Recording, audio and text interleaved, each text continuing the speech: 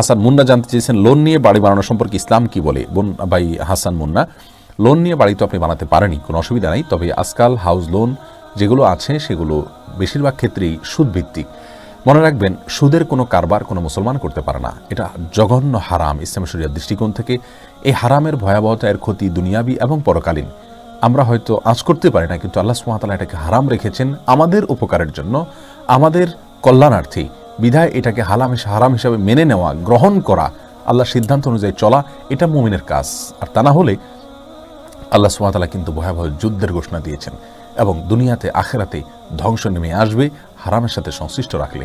প্রিয় ভাইরা আমার, আল্লাহ তাআলার হুকুম এবং নির্দেশকে মান্য করা, এটাই হলো একজন ইমানদারের, একজন মুসলমানের প্রধান কর্তব্য।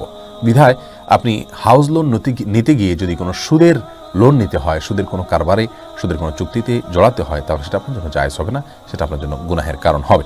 এর বাইরে হাউস লোন এটা যদি আপনি সুদমুক্তভাবে নেওয়ার কোনো উপায় থাকে তাহলে নিতে পারেন, কোনো অসুবিধা নেই। মনে রাখবেন, মানুষ বেঁচে থাকার জন্য একটা ঘর দরকার আছে, কিন্তু বাড়ি লোন করে বাড়ি করতে হবে এটা কোনো প্রয়োজন নাই। হ্যাঁ, হয়তো আপনার কষ্ট হচ্ছে ভাড়া বাড়িতে থাকতে, কিন্তু জাহান্নামের কষ্টের চাইতে কষ্ট অনেক কম ইনশাআল্লাহ বিইذনিল্লাহ।